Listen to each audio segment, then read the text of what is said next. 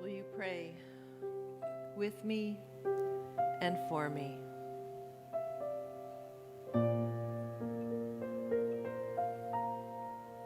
As we step into this time outside of time, time at the heart of time, time to journey deep within, to hear the voice of the beloved calling you home.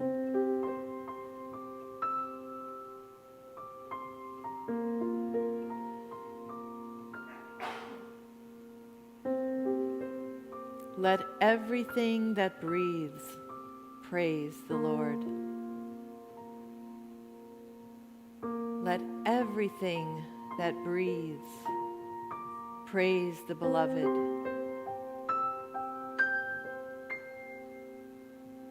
Let everything that breathes praise the earth that is the womb of God.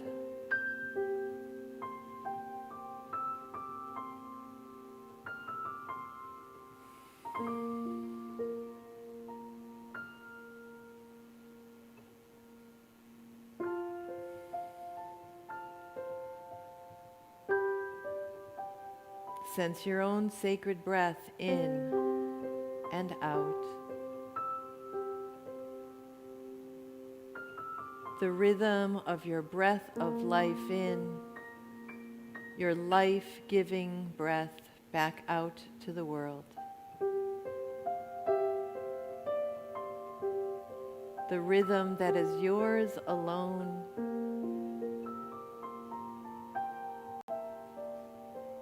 yet the rhythm of your breath that entrains itself to the breath of the universe.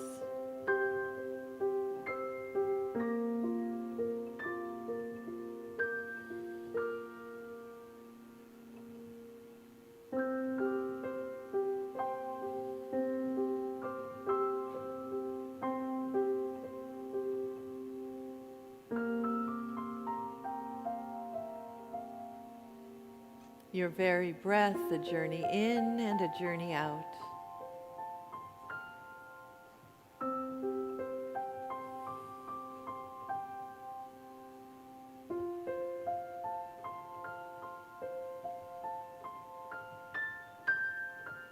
Breathing in again to that moment when your heart quickened with awakening.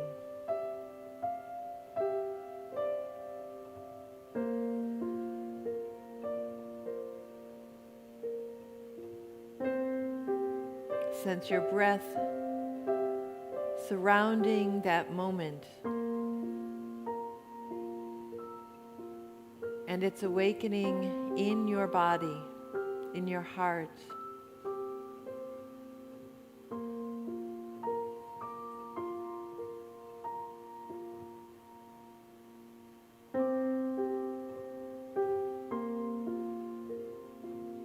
Letting your breath bring that awakening to life again in you.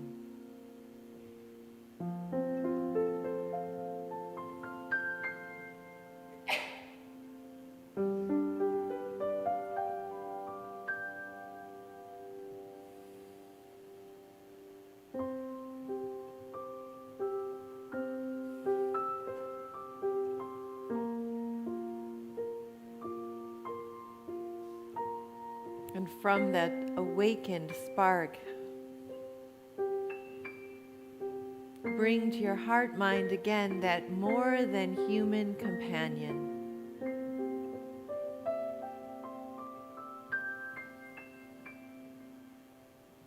A stone that you've held in the palm of your hand. A tree that brought you rest and shade.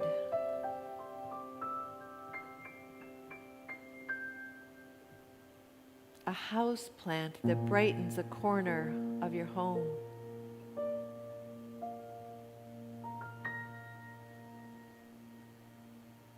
A beloved four-legged companion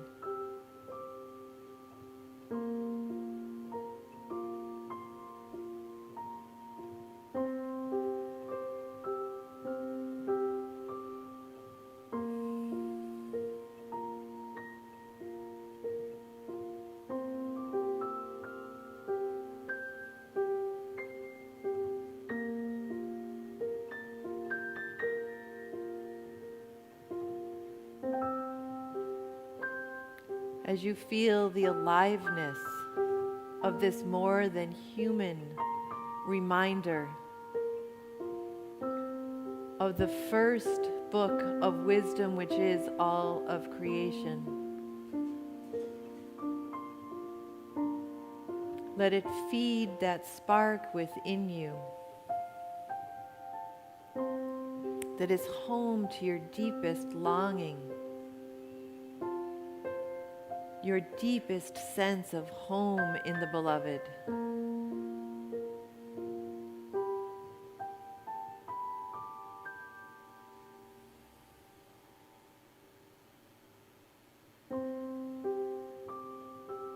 And then simply feeling the journey of your own breath as it fills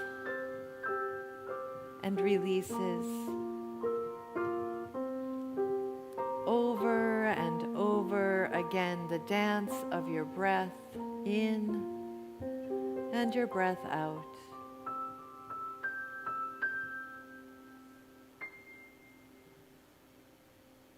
Sensing your feet on the ground wherever you are, here in this place that we make holy by our presence, or wherever you are, where you are standing on holy ground.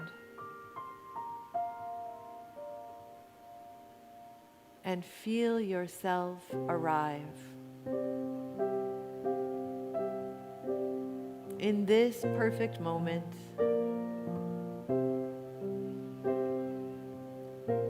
just as it is,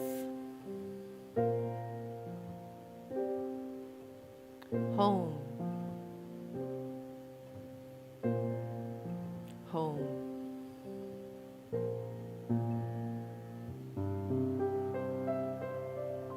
And as you slowly come back to this time, to this awakening and this awareness, know that you bring home with you, wherever you are.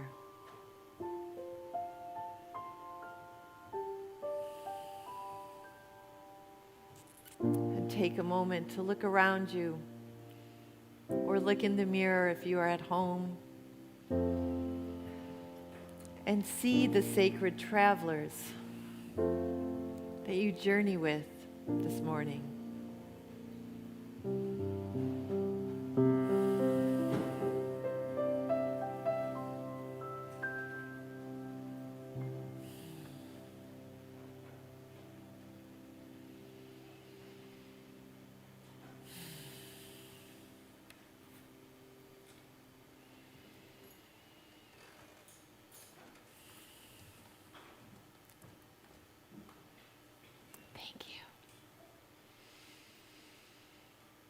So I really am not entirely sure what day or time it is, except that I know somewhere that today is August 13th. And in my family today is my sweet granddaughter, Rev Brigid's second birthday. And it is my beautiful son and daughter-in-law, Billy and Lauren's first wedding anniversary. And I think I mentioned this a couple of times, but it bears repeating because it is what is so alive right now, is the deep gratitude I have for the gift of being able to officiate Billy and Lauren's wedding a year ago, the day before my 60th birthday. This will all make sense in just a moment. Billy and Lauren knew they wanted to have some way to call in those sacred directions. And so I did a little search, and the searching led me to Mary DeYoung. It is D-E-J-O-N-G, but I was reminded of the Dutchness of saying DeYoung. It was her beautiful rewilding wheel prayer of the 7 directions that I shared at Church in the Park, that I shared on Thanksgiving, but that I adapted slightly for Billy and Lauren's wedding. That's how we began their ceremony, calling in that sacredness. And the rewilding prayer is very Celtic, and yet it is also honoring those indigenous pieces of wisdom that Western mind lost along the way when we perceived the earth as something we had dominion over, power over, instead of sacred relationship with. And as I shared that rewilding prayer then with my friend Sue, she discovered this pilgrimage retreat that we just came home from. So Mary DeYoung was the retreat leader that I spent a week in deep time with on Iona. So it is that way leads on to way, and coming to trust that the way knows the way. So in our aliveness, wherever we find ourselves this morning, in this time, out of time, time deep within time, where do you find your heart today? Your heart may be feeling full. Your heart may be approaching one of those gates of sorrow. The journey deep within is also often a journey with grief. The journey does not only come to the sunshine and the light and the sea. The journey brings us through the trials and tribulations and fears and deep sorrows that we face in the journey that we have said yes to by showing up in this body. I wasn't sure if I'd share this particular bit of wisdom today, but it feels appropriate. And I'm going to tell you right now that I got the poetry of this revelation on a distillery tour. I will also say, in the way that the way knows the way, I have missed 2 distillery tours over, one in Ireland when I was there in the fall and one in Oban, the whiskey capital of Scotland, because I tried some shellfish in the seafood capital of Scotland, and I had an oyster that decided it was going to try and murder me. A lot of cleansing that happened before I went on to this deep retreat. So the distillery tour that I ended up doing was on the Isle of Mull in this tiny little distillery. And because it was so small, we really got to see the workings of how this spirit is made. There was a moment on the tour where we're looking at the shape of the stills, so these copper vats. And the tour guide said, the body of the still, the shape of the body, helps determine the character of the spirit. Whoa. Thank you. Whoa. The shape of the body helps determine the character of the spirit. These are not mere accidents. They are not vessels only of spirit. They are intrinsically intertwined with the character of our spirits. Wow. Everything that these bodies have experienced on our journey so far is an invitation to shape and form the character of our spirits. Wow. There is no separation. The book of creation is the first book of wisdom that we are meant to inhabit as partners in sacred relationship. There is an aliveness to all of creation, including the stones and the trees. We know that we breathe the oxygen and CO2 together with the trees. We know that part, right? That science even I remember. There is an aliveness to the rocks that is beyond anything our human minds in some ways can encompass. We had the gift of spending an afternoon on Iona with an 82-year-old woman who is a geologist. She got her PhD in the 70s, at a time when that was not a common path. I will not remember the science, really.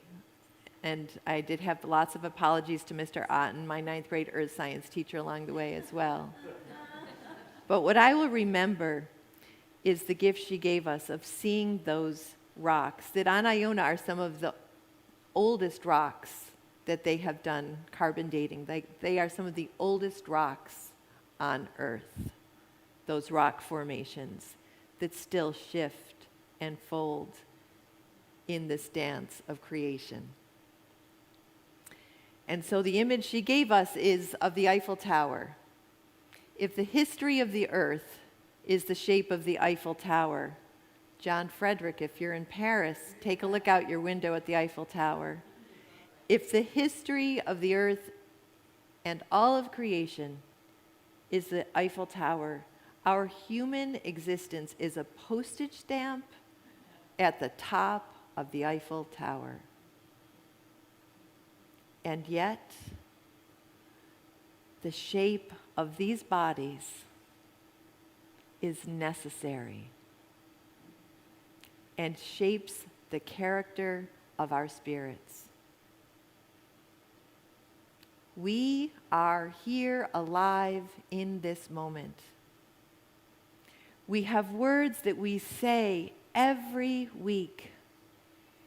We awaken to and embrace the divine essence of all beings.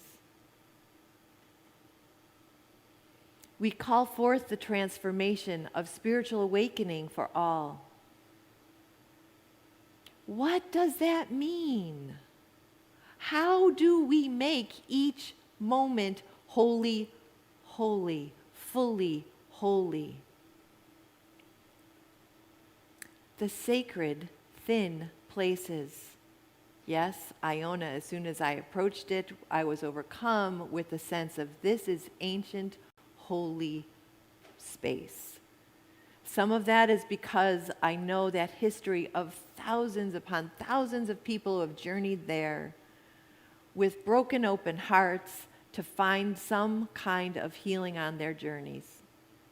So of course that space felt ancient and holy. But that kind of a thin space is everywhere. That song we sang, it is everywhere. Our call is to live in such a way that we see it everywhere, in everyone.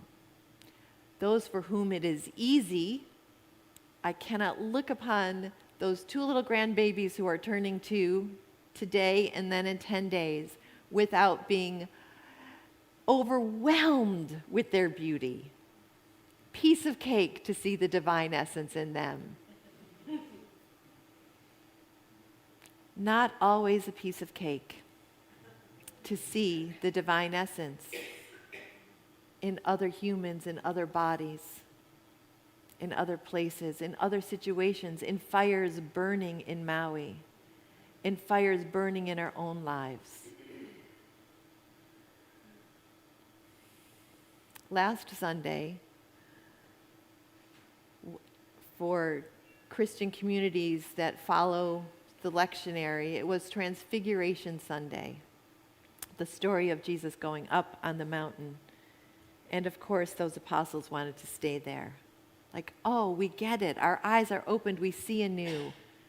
We don't stay on the mountain. We have those moments when we feel the spark of our awakening. And then those moments feed us. For when the spark feels like it has gone completely out. And the stories we tell each other of those awakenings, when we stand in our authenticity, when we stand with compassion, then we have an invitation to transform. That is the call. That's our mission. It's not just a statement. They're not just nice words. It's a call. It's a call. How do we live into that call? Into that promise that we made to ourselves in the moment we said yes to this unrepeatable expression of the divine. We had an agreement, a sacred agreement with the Creator. How are we unearthing that call? Last Sunday, my friend Sue, as we were walking on one of those holy roads that we were privileged to be on in Iona, said, I want to share this poem with you. She had just read it, Christine Balter's Painter, that I shared the 2 weeks before I left with those little other entry points into pilgrimage and our own inner journeys. This is a poem, The Blessing for a blessing for transfiguration. And I read it as an invitation to feel that spark of your own awakenings, those moments that you held lightly this morning, those moments that help you say, okay, I am here for a purpose, and I am leaning in more and more to finding that purpose. Or if you're feeling really like you don't know your purpose, to still trust that the way knows the way, and it will find you. So hear these words as both benediction and invitation and invocation, the blessing and the call. Radiant God, great open door. Radiant God, open our eyes to all the ways the sacred shimmers before us. How gold pours forth from the robin's throat. How sunlight returns each morning. How the moon glitters across still water. How laughter around the table kindles joy. How kindness can save lives. Free us from our need to seize these moments, to make of them stone monuments, rather than tabernacles of light. Tabernacles of light that we carry with us in our hearts. This vision is not a call to stay on the mountain, but to gather our treasures into an open embrace, to make the slow pilgrimage into the world, to share them freely after our descent, to share them freely in a world so hungry for beauty. Help us to remember to keep our seeing clear, attuned, present to your unfolding before us. Let us see your glow erupting in all the hidden corners, in all the places you have been forgotten. And so I invite you to feel that invitation into the places in your own heart that have been exiled from you. Those places that feel broken, that are hard to look at, that you have turned your face away from because it's just too hard.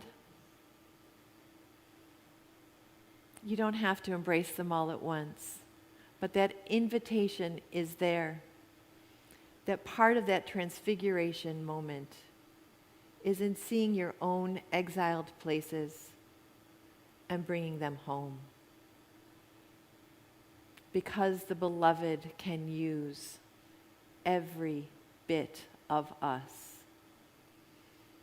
in transforming this world so hungry for beauty, so hungry for your beauty, so hungry for beauty that we recognize in the earth so deeply that we say, yes, we are here to protect you and rewild you in every corner.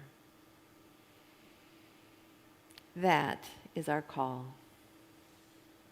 That is our sacred purpose. May we feed each other well in answering that call. And so it is. Amen.